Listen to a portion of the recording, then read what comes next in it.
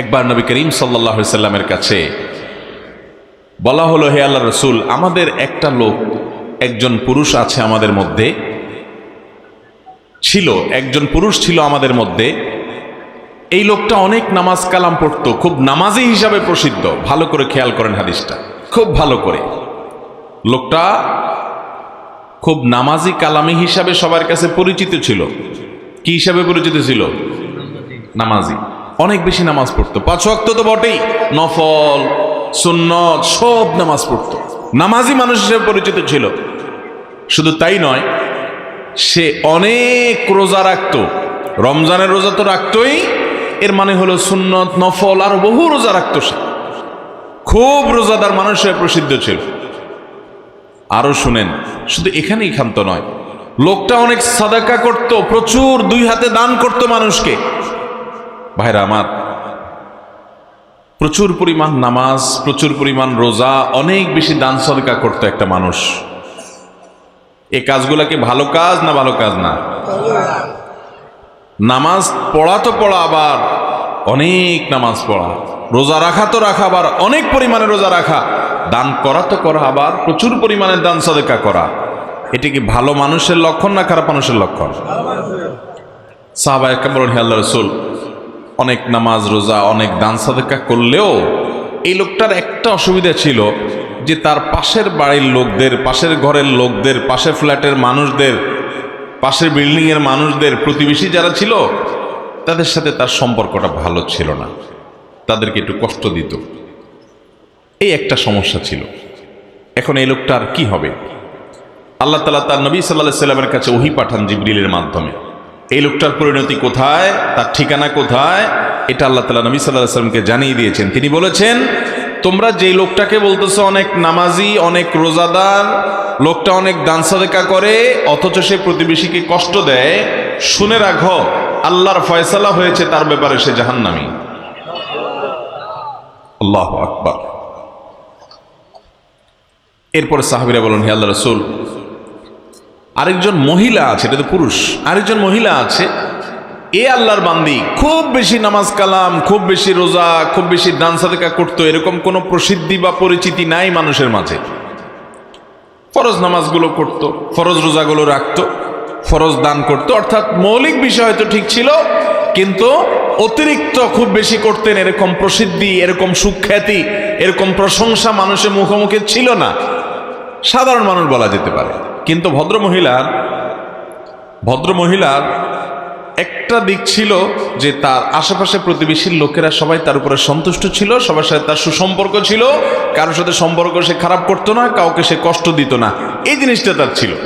নবী করিম সাল্লাল্লাহু আলাইহি সাল্লাম আল্লাহর কাছ থেকে প্রাপ্ত ওহীর আলোকে বললেন, তোমরা যে ভদ্র মহিলার কথা বলছিলে, যে খুব বেশি নামাজ রোজা করে নাই, খুব বেশি দান সাদকা করে নাই, কিন্তু প্রতিবেশীর অধিকার সে পাই পাই করে আদায় করছে, কখনো প্রতিবেশীকে কষ্ট দেয় নাই, জ্বালা যন্ত্রণা দেয় নাই, এই ভদ্র মহিলা আল্লাহর ফয়সালা হয়েছে, সে জান্নাতি। ও ভাই, প্রতিবেশীর অধিকার বোঝার জন্য আর কি কিছু দরকার আছে?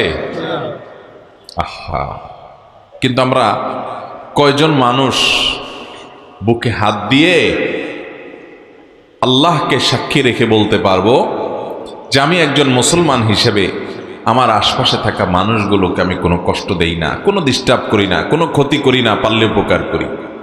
এরকম বলার মতো, এরকম ঈমানী শক্তি আছে, এরকম নিজের প্রতি নিজের আস্থা বিশ্বাস আছে, এইরকম বলার মতো মানুষ আমাদের সমাজে অনেক কম। ঠিক না বেঠিক? আমরা নামাজ রোজার গুরুত্ব যতটা বুঝি, আমরা দান সাদকার গুরুত্ব যতটা বুঝি, ওয়াজ মাহফিল করা, ওয়াজ শোনার গুরুত্ব যতটা বুঝি, বাবারে কোরআন এবং হাদিস এটা জানা বোঝার গুরুত্ব যতটা বুঝি, এই বোঝাটা ঠিক আছে, কিন্তু প্রতিবেশীর অধিকার সম্পর্কে আমাদের সমাজের বেশিরভাগ বেনামাজি আর বেদিনদার মানুষ তো পরের কথা, নামাজি দিনদার মানুষরাও আমরা সচেতন না। এ হাদিস বলছে, শত সহস্র নামাজি, শত সহস্র রোজাদার, শত সহস্র দান দক্ষিণাকারী মানুষ জাহান্নামে যাবে প্রতিবেশীর হক নষ্ট করার কারণে।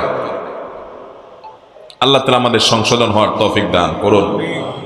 ভাইরা আমার, আব্দুল্লাহ ইবনে ওমর রাদিয়াল্লাহু তাআলা আনহু একজন প্রসিদ্ধ সাহাবী, খলিফাতুল মুসলিমিন ওমর ফারুক রাদিয়াল্লাহু তাআলা আনহুর ছেলে, অনেক জ্ঞানী একজন সাহাবী ছিলেন, আলিম সাহাবী আব্দুল্লাহ ইবনে ওমর রাদিয়াল্লাহু তাআলা আনহু। তার বাসায় একবার ছাগল জবাই করা হয়েছে, বকরি।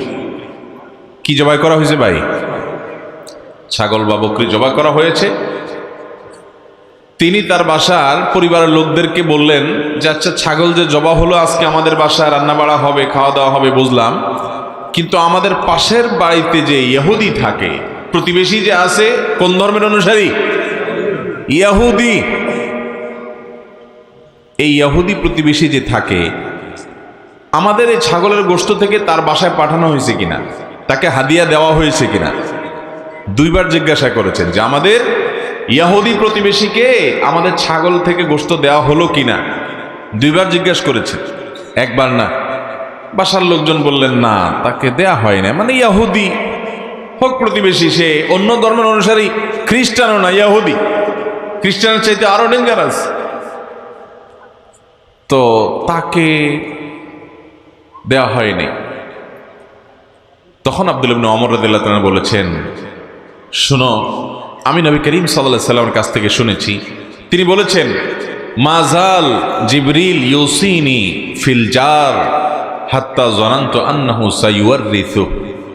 নবী করিম সাল্লাল্লাহু আলাইহি সাল্লাম বলেছেন, শুনো, আসমান থেকে জিবরিল আল্লাহর পক্ষ থেকে ওহী নিয়ে প্রতিবেশীর ব্যাপারে এত বেশি আমাকে ঘন ঘন সাবধান করেছেন যে খবরদার, প্রতিবেশীর ব্যাপারে আপনাকে অ্যালার্ট থাকতে হবে। এটা একটা অ্যালার্মিং জায়গা, প্রতিবেশীকে কষ্ট দেওয়া যাবে না, তার কোনো অধিকার নষ্ট করা যাবে না, তার সাথে সুসম্পর্ক বজায় রাখতে হবে। এত বেশি আমাকে আল্লাহর পক্ষ থেকে ওসিয়ত, উপদেশ নিয়ে আসছে প্রতিবেশীর ব্যাপারে।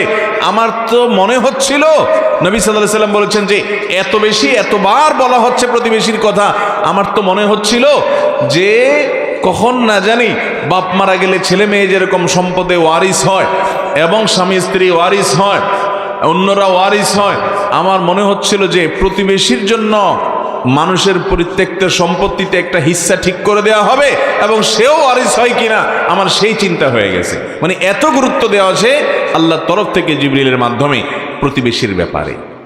ভাইরা আমার, এই প্রতিবেশীর সাথে আমাদের সুসম্পর্ক কার কতটা আছে, এই বিষয়টা আমাদেরকে যোগ বিয়োগ করতে হবে। আমাদের সমাজে দেখবেন যত গন্ডগোল, যত ফাসাদ, যত ভেজাল, যত ঝগড়া, যত রকমের সম্পর্ক নষ্ট হওয়া হতে পারে, এগুলো বেশিরভাগ হয় পাশের বাড়ির, পাশের দোকানদার, পাশের লোকদের সাথে। ঠিক না বেঠিক? আমাদের যেই কাজটা সবচেয়ে বেশি ক্ষতি করবে, শয়তান ওইটা আমাদেরকে দিয়ে সবচেয়ে বেশি করায়। কারণ শয়তান আমাদের চিরশত্রু। আমরা যেন কোনোভাবে জান্নাতে যেতে না পারি, সেই চ্যালেঞ্জ নিয়ে দুনিয়াতে শয়তান এসেছে। অতএব এই শয়তান আপনাকে আমাকে সে কাজ করতে দিবে না যে কাজ আমাদেরকে জান্নাতে নিবে, আর ওই কাজ আমাদেরকে দিয়ে করাবেই করাবে যে কাজ জাহান্নামে নিবে। আর আমাদের কাজ হলো শয়তানের এই শয়তানি থেকে নিজেকে বাঁচিয়ে কোরআন এবং হাদিস আমাদেরকে যে আলোক উজ্জ্বল পথের সন্ধান দিয়েছে সে পথে চলা। অতএব প্রতিবেশীদের অধিকার ব্যাপারে আমরা সাবধান হব তো ইনশাআল্লাহ। মোহতারাম হাজরিন, আপনি খেয়াল করবেন আশেপাশে একটু তাকালেই যে পাশের জমির লোক, তার সাথে আইল ঠেলাঠেলিটা বেশি হয়। ঠিক না ভাই? ঠিক, আইলি থাকে সেখানে, এই জন্য আইল ঠেলাঠেলি হয়। পাশের ঘরের লোক, তাদের সাথে দেখা যায় কথাবার্তাও নাই, জল ছলও নাই, উঠা বসাও নাই, আসা যাওয়াও নাই। অথচ ওই অনেক দূরে আরেক ফ্যামিলি, তাদের সাথে খুব রিলেশন, খুব সম্পর্ক, খুব বন্ধুত্ব। তাদেরকে দাওয়াত দিয়ে এনে বাসায় বালাবুরা রান্না করে খাওয়ায়, প্রতিবেশী বেচারার দিকে তাকায়াও দেখে না। ঠিক না বেঠিক? অনেক প্রতিবেশী আছেন শহরে, গ্রামে যাও আছে না আছে, শহরে বহু প্রতিবেশী আছে একই বিল্ডিংয়ে, পাশাপাশি ফ্ল্যাটে মাসকে মাস বরং বছরকে বছর পার করে দেয়। জানেও না যে পাশের ফ্ল্যাটের ভদ্রলোকের নাম কি, ভদ্র মহিলার নাম কি, তারা কি করে, কোথায় বাড়ি, কি খায়, কি পেশা, জানেও না। চাচা আপনা জান বাছা, শুধু নিজেকে নিয়ে ব্যস্ত আছে, প্রতিবেশীর দিকে তাকানোর সময়। ঠিক না বেঠিক বলেন? ভাইরা আমার, কোরআন এবং হাদিসের যে ভাষ্যগুলো আমি তুলে ধরার চেষ্টা করেছি, আমার মনে হয় প্রতিবেশীর অধিকার সম্পর্কে একজন ইমানদার কতটা সতর্ক হওয়া উচিত এই হাদিসগুলোর দিকে তাকালে সেটি বোঝা যায়। ইসলাম আমাদেরকে সামাজিক হতে বলে ভাই, সামাজিক হতে বলে, আমাদেরকে বলে আমরা অন্য মানুষের কল্যাণে আন্তরিক হব। আমরা শুধু নিজের চিন্তা করব না, আমরা অন্যের চিন্তাও করব। আমি আমার চিন্তা করব, আমার আশপাশের লোকদেরকে নিয়ে ভাববো, তাদের কল্যাণ কামনা করব। এরকম যখন সবার কল্যাণকামী আপনি হবেন, তখন আল্লাহর প্রিয় বান্দা হতে পারবেন। দেখুন, শুধুমাত্র ইবাদত বন্দিগি যদি মানুষ জান্নাতে যেতে পারত, হাদিসে বর্ণিত এই লোকটা জান্নাতে চলে যেতে পারত। ইবাদত বন্দিগি মূল, সেটা তো করতেই হবে। ওইটার পাশাপাশি মানুষের অধিকার, বাবার কি অধিকার, মায়ের কি অধিকার, স্বামীর কি অধিকার, স্ত্রীর কি অধিকার, ভাইয়ের কি অধিকার, বোনের কি অধিকার, প্রতিবেশীর কি অধিকার জানতে হবে এবং সে অধিকার আদায় করতে